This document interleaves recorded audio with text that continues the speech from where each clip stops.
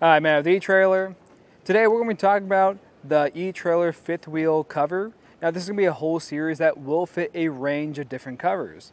So if you are looking at these, just make sure you plug in your vehicle's information into our fit guide to find the right one for you. But this is going to be a great value option if you're looking for something for that winterization time. So you need to protect it from any of those UV rays, dust, or any type of weather condition. So today we're really just going to be talking about some of the major features about this cover. After that, we'll go into my final thoughts and a comparison for this cover. And then finally, I'll show you how to put it on too. Where we'll start with is going to be the material itself. Now this isn't going to be too different from a lot of other options out there. It's really going to be made from a multi-layer, non-abrasive material. If I was going to compare it to anyone out there, then I'd probably compare it to the ADCO 11s. Because the way this is going to work is, when I actually grab this, you'll notice it's very flexible, it's not very thick, it's relatively thin, but there will be a couple layers in here. And what this is really doing is, since it's so thin, it's going to allow this to be a little more breathable. Because that's the help if you're in any type of rainy condition or wet conditions or any humid conditions where a lot of humidity can get built up on the inside of your cover. That's going to allow this to breathe a little bit better, so you don't have any mildew really building up in your cover. That's another thing to take into account with covers too, is when you put them on, make sure they're not too tight. Because if they're too tight, that's going to trap in a lot of that moisture. So what I'd recommend doing is, when you're looking for a cover, just make sure you have the right size trailer. So you're just going to measure from the very front end, where the nose is on the trailer, all the way to the back end. And just make sure if you have anything on the back of your trailer that you want to cover up to, include that into the measurement. Now for these ones in particular, if you have anything on your roof, like an AC unit, just make sure you add another foot to make sure it will fit around your cover. And speaking of our roof, if we look up there, you'll notice we do have a different color to the cover. And that's going to do a few things for us. So first off, since it is a lighter color, there's going to be less likely of the sun beating on it as much as if it was a dark color. And this other color is going to indicate this is the roof section. And with that roof section, this is actually going to be a little bit thicker. The reason being is, since we're going to have a lot more snow, rain kind of building on top of there, along with UV rays and dust, we want to make sure that's not going to seep through and get on top of our roof, so our roof lasts longer. And this is also going to help prevent any cracking from the UV rays or any dust that really settles in and makes your roof dirty. And if you're in an area that gets a lot of pollen, it's going to help prevent that from seeping through too. Now if we look at the top, you'll notice we do have a vent showing through right now. That's also going to prevent any pollen from sitting on your roof if you plan on having this parked outside. Now if we look over here, that flap just flown up, you'll notice we do have that little section, it's a little square, that's going to be a vent. That vent's going to help this be more breathable. Like I was saying, this is designed to work in more humid climates too, but we also have that flap that rests on top of it to help water just wash over the top of it. Now we can come over here and kind of see how this is being held in place. So you'll notice we're going to have one strap in the front. This is helping to pull the front in some. And we're going to have some clips that hold this in place too. You can adjust this. And you'll notice these straps are feeling pretty sturdy. Now, I always recommend leaving them just a tad bit loose. The reason being, like I said earlier, if it's too tight, it's going to be more likely to hold in any moisture. And on top of that, there's a lot of sharp edges to trailers, so you could encounter some point where this might rip at too. But for the most part, this is feeling pretty solid. We do have some double stitching in some areas as well to kind of help keep this together. But if we go underneath here, you can kind of get a better look at that. Here's a section here, but we're going to have all this rope underneath that is holding this all together. I think this is doing a pretty good job. You can adjust this if you want to. And all of these points that is kind of being pulled on all feel very secure. They don't feel like they're going to rip at all. And if we travel down, because this is going to go all the way across to the very back end of our trailer, we'll also find we have this additional strap. Now this is going to be an optional one. You don't have to use this. And what this is doing is wrapping completely around your trailer. And what this is really for is if you have a smaller trailer for the section of covers this is going to fit, because each cover is designed to fit with a range of different sized trailers. So if you have a smaller one for your cover, this is just going to help keep any of that extra billowing from occurring in that spot. But again, you don't have to use these, but you will have 2 of these that do come with your kit. When we go to the back side, you're going to notice we do have 2 straps instead of just 1. There's 2 ways you can put this on. You can either cross them or just have them parallel. And if we go right next to here, you're going to notice we do have this reflective coating right here. That's going to help make sure if anyone's driving around in the lot, they're going to be more likely to see this at night. But if I undo this, you're going to notice we do have this section that has a zipper.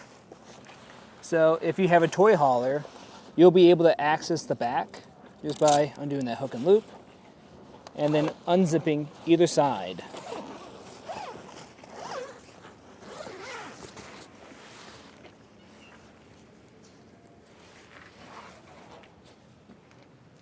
Now we also brought this up, and it's going to have a couple points where it's going to have some straps that use hook and loops to hold this in place, so you don't have to worry about getting underneath the cover itself or holding it up as you access anything from the back of your trailer. The back's not the only place that has these zippers or a panel that opens up. We're going to have one on the side too. Right now it's in a hard situation to really show it, but it's going to work the same way where we have that zipper. And once you get this all the way up, it'll have some straps to hold it in place. So you can access your trailer if you need to get anything when it is in that winterization period, or if you just need to get ready for the next season. In my opinion, I think this is a pretty solid choice when it comes to covers, and really, at the end of the day, it's going to work like most other ones do.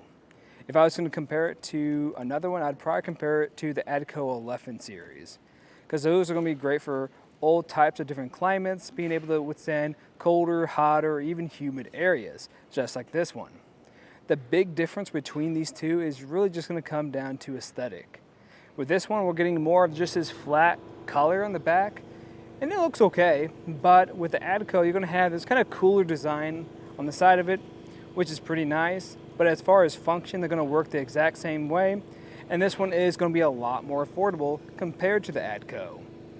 And as for installation, this is going to work like any other one. Now we do talk about some tips and tricks to make this a little bit easier.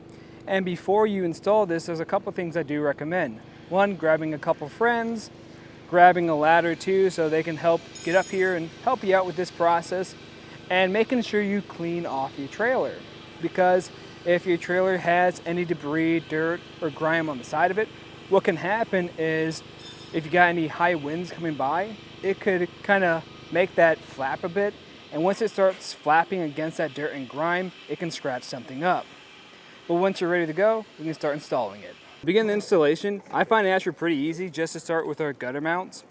And all we have to do is grab these little bags and just throw them on these points here.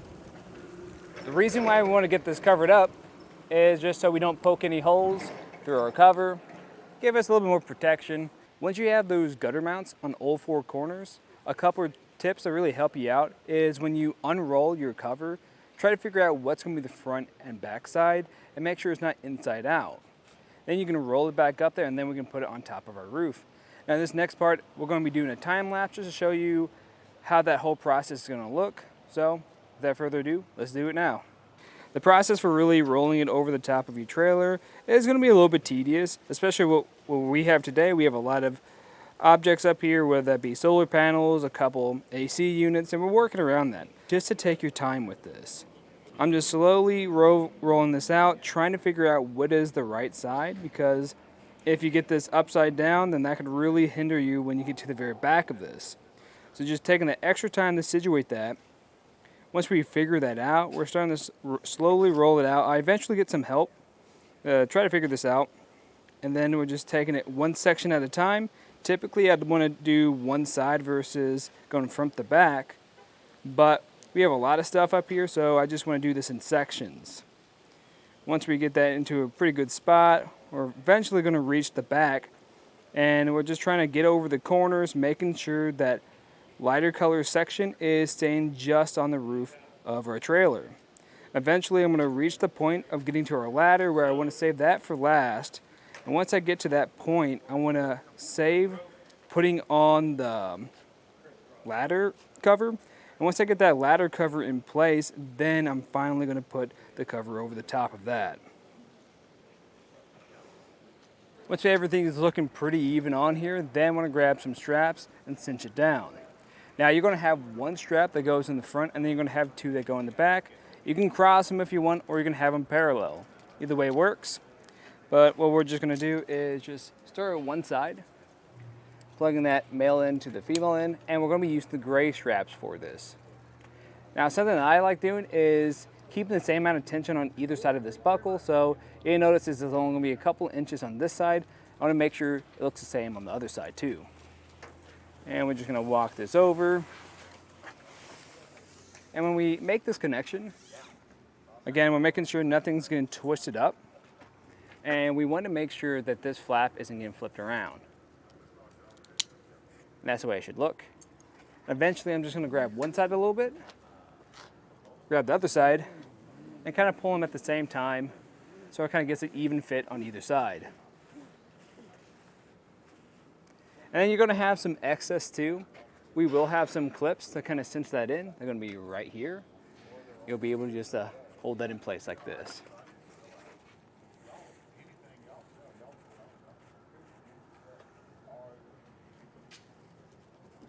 And you can even push it down so you can grab on.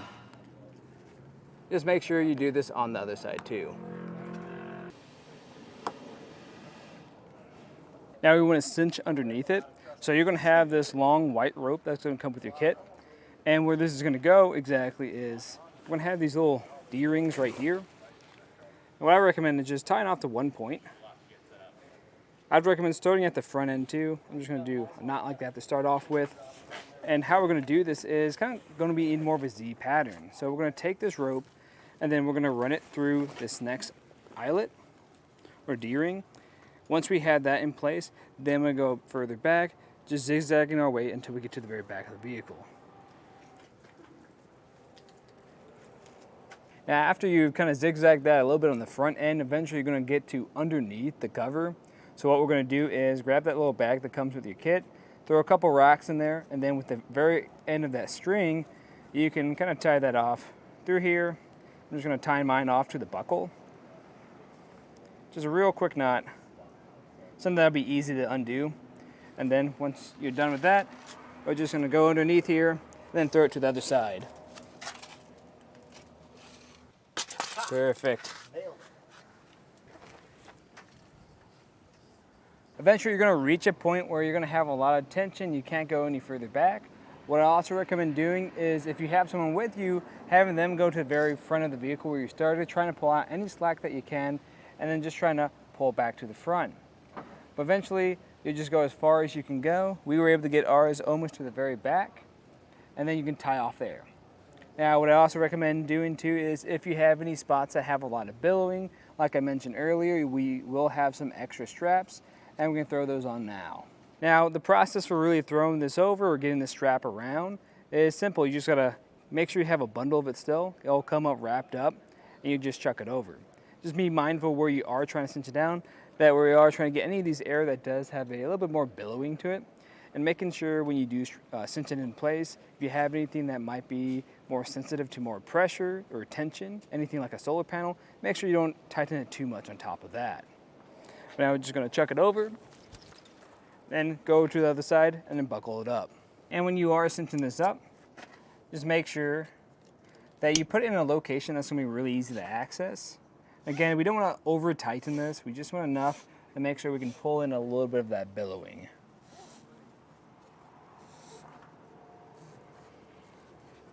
Right about there. With everything cinched down, the last thing I just recommend is if you have any straps or cables that are kind of hanging down, I just recommend tying them up somewhere so they look a little bit more presentable or a little bit more pretty. But that'll pretty much do it for our look at the installation and some of the features of the eTrailer fifth wheel cover. I'm Matt. Thanks for watching.